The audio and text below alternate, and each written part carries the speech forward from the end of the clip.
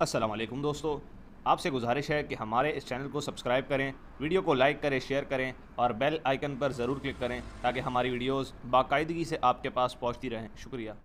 ابن عامر رضی اللہ تعالیٰ عنہ نے ابر شہر کے ارد گرد مثلاً طوس، بیرود، نسا، حمران کو فتح کیا، یہاں تک کہ سرخس پہنچ گئے۔ ابن عامر رضی اللہ تعالیٰ عنہ نے اسود کو بحق روانہ کیا جو ابر شہر کے علاقے میں پڑتا تھا۔ ان دونوں کے درمیان 16 فرسخ کا فاصلہ تھا۔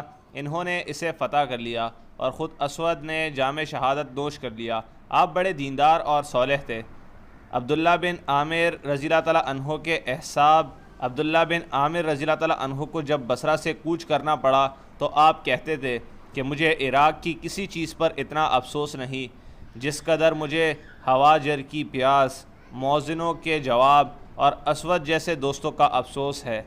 ابن عامر رضی اللہ تعالیٰ عنہ نے نساپور پر غلبہ حاصل کیا اور سرخس کا رخ کیا تو مرو والوں نے ان سے مصالحت کا مطالبہ کیا تو ابن عامر رضی اللہ تعالیٰ عنہ نے حاتم بن نعمان باہلی کو ان کے پاس بھیجا۔ انہوں نے مرو کے حاکم براس سے 22 لاکھ پر مصالحت کر لی۔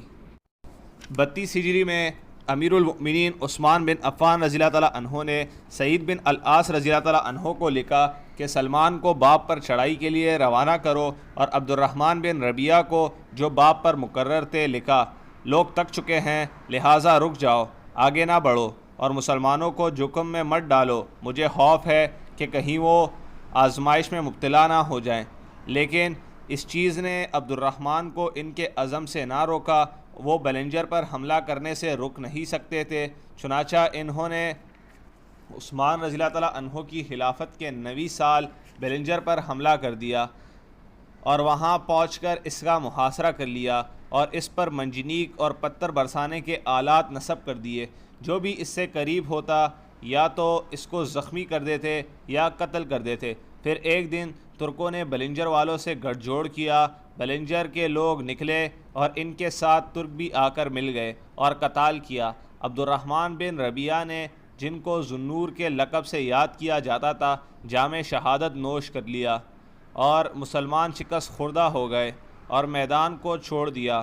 جو لوگ سلمان بن ربیعہ کی طرف سے نکلے انہوں نے ان کی حفاظت کی یہاں تک کہ باب سے نکل گئے، اور جو لوگ خضر کے علاقے سے نکلے وہ لوگ جیلان اور جرجان پہنچ گئے جہاں سلمان فارسی اور ابو ہریرہ رضی اللہ تعالیٰ عنہ تھے۔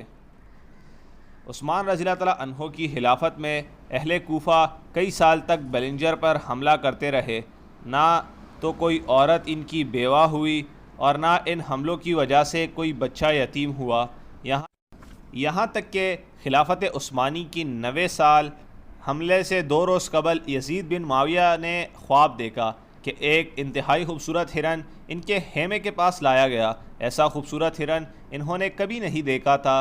انہوں نے اس کو اپنے لحاف میں لپیٹ لیا۔ پھر ایک قبر لگائی گئی، اس پر 4 افراد کھڑے تھے۔ ایسی خوبصورت اور سیدھی قبر کبھی دیکھی نہیں گئی۔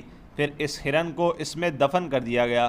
جب ترکوں پر لوگوں نے حملہ کیا تو ایک پتھر آ کر یزید کو لگا جس سے ان کا سر پڑ گیا۔ ایسا محسوس ہو رہا تھا کہ ان کے کپڑے خون سے آلودہ ہونے کے بجائے مزین ہو گئے ہیں، خود ہی وہ ہرن تھے جس کو خواب میں دیکھا تھا۔ یزید رحمۃ اللہ علیہ بڑے نرم مزاج اور خوبصورت تھے۔ یہ خبر جب عثمان رضی اللہ تعالیٰ عنہ کو پہنچی تو فرمایا، کوفہ والے شکست خوردہ ہو گئے، اللہ ان کو معاف فرمائے اور فتح نصیب فرمائے۔ عمرو بن عتبہ سفید قبا پہنے ہوئے تھے اور اس سے کہہ رہے تھے کہ تمہاری سفیدی میں خون کی سرخی کتنی حسین ہے۔ چنانچہ دشمن سے مدبیڑ کے وقت ان کو زخم لگا تو اپنی قبا کو ویسے ہی پایا جیسے خواہش ظاہر کی تھی اور شہید ہو گئے۔ اس معرکے میں ترک گنی جاڑیوں میں مسلمانوں سے خوفزدہ ہو کر چھپ گئے اور ان کا یہ عقیدہ بن گیا کہ مسلمانوں پر اسلحہ اثر انداز نہیں ہوتا، لیکن اتفاق سے ایک ترکی ایک جڑی میں چھپا ہوا تھا، اس نے ایک تیر مسلمان پر برسایا اور وہ مر گیا۔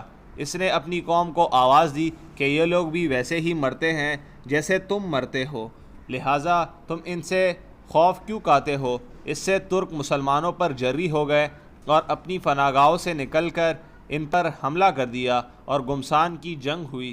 عبد الرحمن بن ربیعہ رضی اللہ تعالیٰ عنہ نے ڈٹ کر مقابلہ کیا اور جام شہادت نوش کیا۔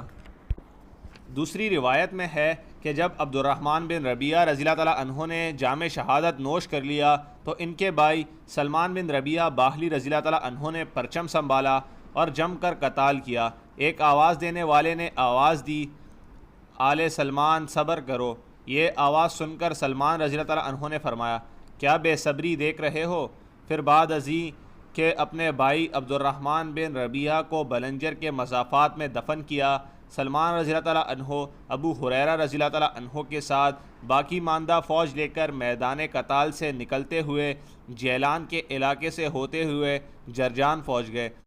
اس سال عبداللہ بن عامر رضی اللہ تعالیٰ عنہ نے مرو، روس، تالکان، فریاب، جورجان، تخرستان کو فتح کیا۔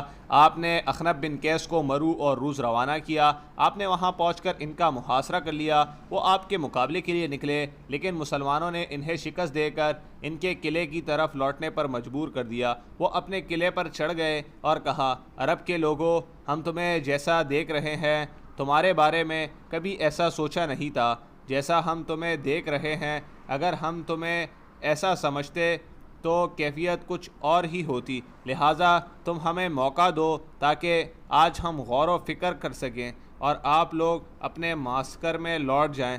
چنانچہ اخنف رضی اللہ تعالیٰ عنہ اپنی فوج کو لے کر لوٹ آئے۔ جب صبح ہوئی تو محاصرہ کر لیا اور وہ لوگ بھی جنگ کے لیے تیاری کر چکے تھے۔ اتنے میں اجمیوں میں سے ایک شہری باہر نکلا اور کہا، میں پیغام رسا ہوں، مجھے امان دی جائے۔ مسلمانوں نے اسے امان دے دی۔ وہ مرو کے حاکم کا پیغام رسا تھا، وہ اس کا بھتیجا اور ترجمان بھی تھا۔ اس نے خط پیش کیا۔ اخنف رضی اللہ تعالیٰ عنہ نے خط پڑھا تو اس میں تحریر تھا، ہم اللہ کی حمد بیان کرتے ہیں جس کے ہاتھ میں ملک ہے، جس کی حکومت کو چاہتا ہے بدلتا ہے، جس کو چاہتا ہے ذلت کے بعد رفعت عطا کرتا ہے اور جس کو چاہتا ہے رفعت کے بعد پست کر دیتا ہے۔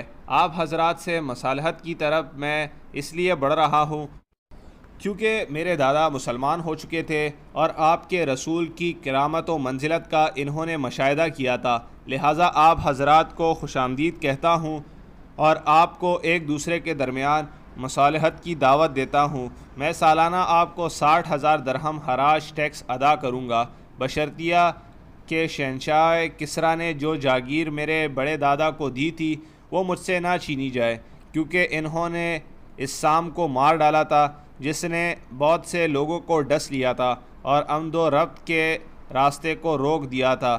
اس پر بطور انعام کسریٰ نے یہ جاگیر عطا کی تھی، اور یہ کہ میرے گھرانے میں سے کسی سے بھی خراج نہ لیا جائے۔ اگر آپ نے ان شرائط کے ساتھ مصالحت منظور کر لی تو میں آپ کی خدمت میں حاضر ہوں گا۔